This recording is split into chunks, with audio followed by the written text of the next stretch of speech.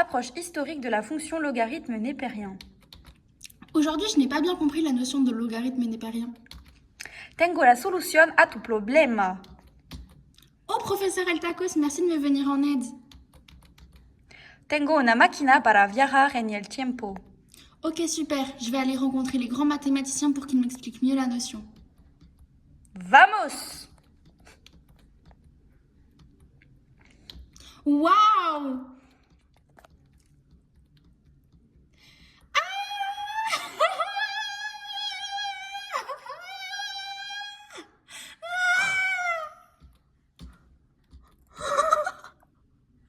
Oh là là! Où est-ce que je suis?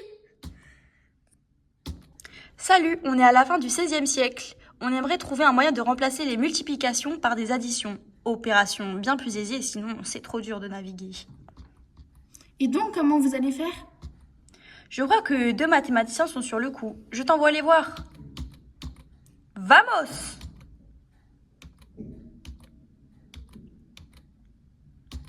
Waouh!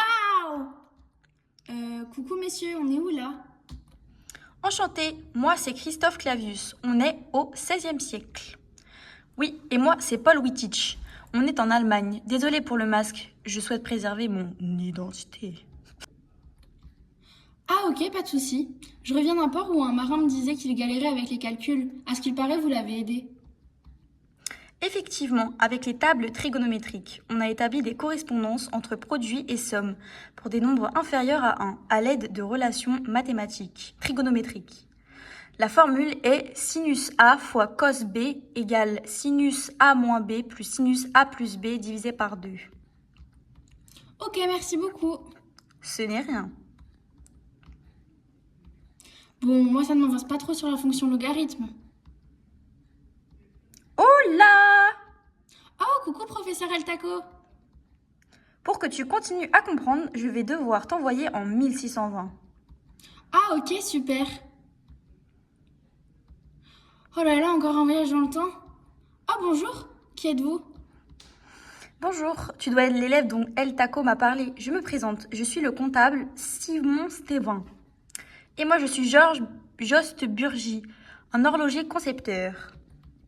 Je reviens du XVIe siècle où 2 mathématiciens viennent d'établir une formule mettant en correspondance produit et somme pour des nombres inférieurs à 1 à l'aide de relations trigonométriques.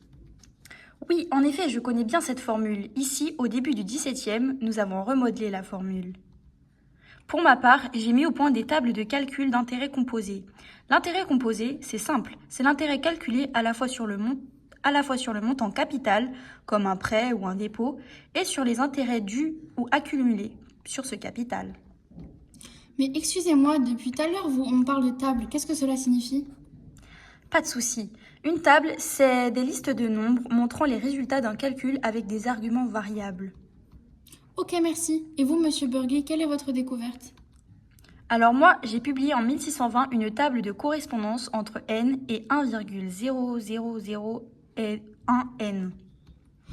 Ne t'affole pas, cette table ne fait pas partie de ton apprentissage scolaire. Prends-le juste comme un peu d'histoire. Oh là là, j'ai eu peur. C'est vrai que pour l'instant, je ne vois pas des masses le rapport avec mon cours de maths. Ne t'inquiète pas, nous t'envoyons enfin voir le fameux John Napier. Cool. Vamos!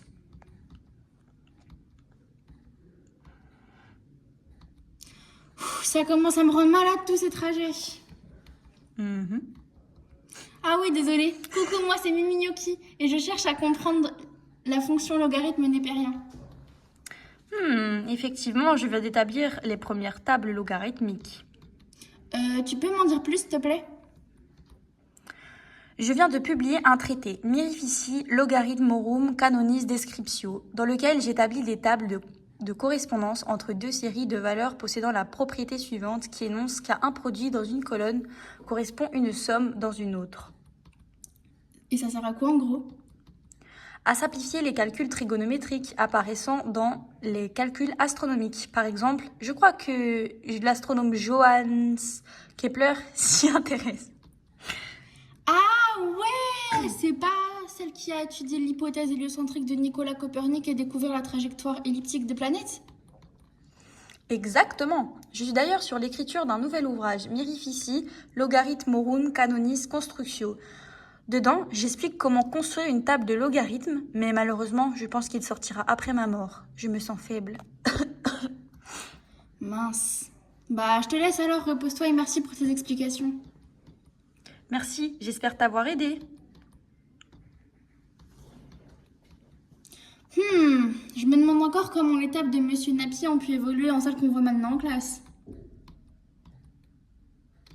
Ah, qu'est-ce qui se passe?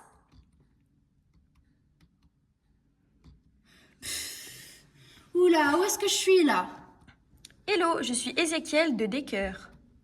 Et moi, c'est Adriane Vlach. On t'a fait venir ici car El Taco nous a dit que tu voulais comprendre la fonction logarithme népérien. Oui, et on a vu que tu as fini ton entretien avec John Napier. Et donc, je suis où? Oui, excuse-nous. On est en 1627 et on vient de publier une table de logarithme complète suite aux travaux de Monsieur Briggs. C'est qui? On le fait venir pour toi et ensuite on reviendra après. Ok, ça marche, merci beaucoup. Bonjour, on m'a dit que tu voulais me voir? Oui, Ézéchiel de Decker et Adrienne Vlach m'ont dit que vous pouviez m'aider à comprendre la fonction logarithme népérien. Ah oui, ces deux-là ont complété mon travail. Et c'était quoi ce travail? J'ai créé le logarithme décimal. Ma table présente les logarithmes à 14 chiffres, des nombres compris entre 1 et 20 000 et entre 90 000 et 100 000. Ah, et c'était quand? C'était en 1624. J'ai publié des tables de logarithmes décimaux où je précise les méthodes d'utilisation des tables pour calculer des sinus, retrouver des angles de tangente par exemple. Ah, ça je connais. Ça devait être super pratique alors. Voici quelques exemples du logarithme décimal. Tu peux aujourd'hui t'en servir pour déterminer le niveau d'intensité sonore par exemple. Je l'espère. Excuse-moi. Je dois y aller. Adieu. Bisous, bye. Alors, est-ce que cela a pu t'aider à mieux comprendre? Oui, merci. Bon, maintenant, on va t'envoyer en 1649 rencontrer Grégoire de Saint-Vincent pour comprendre comment le logarithme de Briggs est devenu celui qu'on connaît de nos jours. Ok, quand ça? J'ai besoin d'un peu de repos. Maintenant, vamos!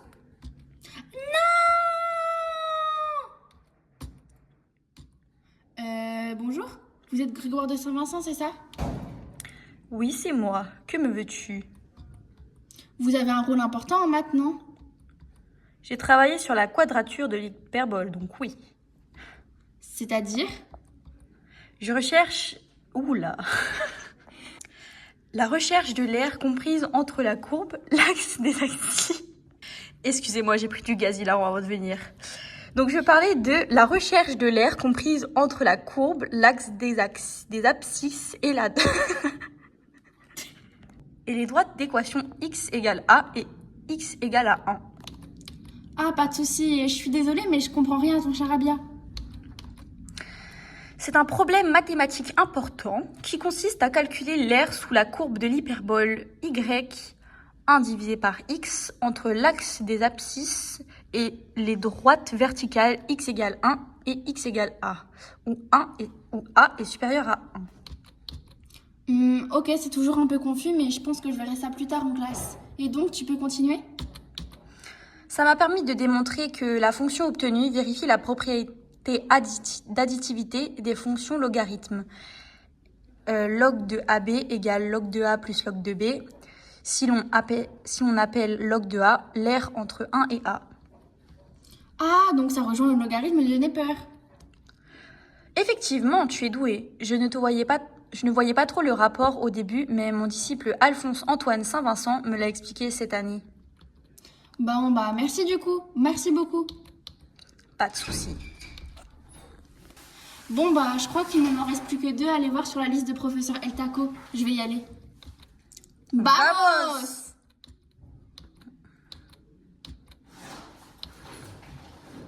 Salut, t'es Isaac Newton, c'est ça? Effectivement, Sir Isaac Newton, que me veux-tu? Je veux en savoir plus sur le logarithme népérien. Bien sûr, je me souviens maintenant que El Taco m'a parlé de toi. Que veux-tu savoir? La dernière fois, Saint-Vincent m'a expliqué la quadrature de l'hyperbole. Et j'en suis là. Tu arrives donc vers la fin de ton périple. Quoi? C'est vrai? Oui, après ça, le logarithme Oui, après ça, le logarithme s'appela tout d'abord logarithme hyperbolique. Par rapport à l'aire sous l'hyperbole qu'il représente, l'appellation logarithme naturel apparaît pour la première fois en 1668 dans une note de Nicolaus Mercator sur la série qui porte son nom. Mais comment ça? C'est qui Mercator et on est en quelle année? Désolé, Nicolaus Mercator n'a pas pu être présent aujourd'hui, il est malade. Mais il te passe le bonjour. Et on est en 1671. D'accord, tu peux continuer, merci. En 1665, j'ai obtenu l'aire de l'hyperbole en développant une série géométrique 1 divisé par 1 plus x, puis en intégrant terme à terme comme l'anglais Wallis-John. Mais la série est à son nom après qu'il est publié dans Logarithmotechnia en 1668. Oh, le rat, il t'a piqué ton truc. Peu importe. Ce n'est pas un trick. La série de Mercator est définie par logarithme népérien facteur... Non. Désolée, je me suis trompée. Logarithme népérien de 1 plus x égale x moins x au carré divisé par 2 plus x au cube divisé par 3 plus x puissance 4 divisé par 4, etc. Tu connais. Ah ouais, désolé. Et c'est tout? Presque. Tu ne veux pas savoir à quoi elle sert? Si, dis-moi. Je l'ai exploitée cette année. Elle permet de calculer assez simplement les valeurs du logarithme de Saint-Vincent. Ah ouais, le monsieur juste avant. Oui, exactement. Bon, maintenant, je peux te renvoyer dans ton époque. Tu sais tout sur l'histoire de la fonction logarithme. Oh, ok, bah merci beaucoup, bon courage. Vamos! Ah, on s'y fait jamais! Pourquoi il y a ça? Au secours! Ah, mais c'est vous! On est où là? Ça me fait plus rire, monsieur El Taco. Oups, désolé, ça a dû être un peu plus ébouriffant que prévu, mais ne t'en fais pas, c'est notre dernier stop. On est dans le continuum espace-temps. Dernière étape. Encore? Tu sais, à présent tout sur le logarithme népérien. Mais pas comme... Oh! Mais pas sur comment c'est devenu une fonction. Et alors? C'est grâce à Leibniz... Attends, je vais l'appeler pour toi. Eh, maintenant! J'espère qu'il va rep. Allô? Oh, attends, il répond. Je te le mets en grand.